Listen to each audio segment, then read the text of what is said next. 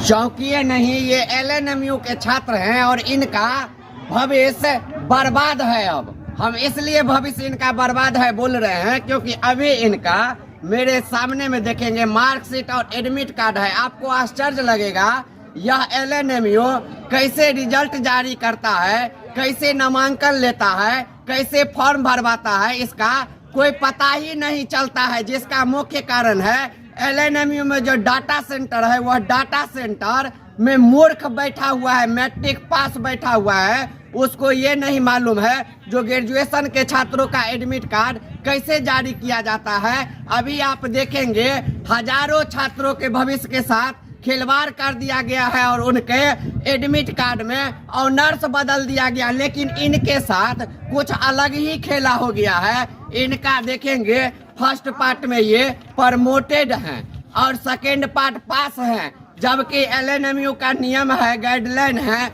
जो छात्र first part में प्रमोटेड रहेंगे वह थर्ड पार्ट का फॉर्म नहीं भर पाएंगे। लेकिन यह एलएनएमयू अपने कारनामा के लिए मशहूर है। कभी गणेश भगवान चले आते हैं, कभी सन्नी लियोनी चली आती है और अभी देखेंगे इनका फर्स्ट पार्ट क्लियर नहीं है और थर्ड पार्ट में फॉर्म भरा गया, एडमिट कार्ड आ गया।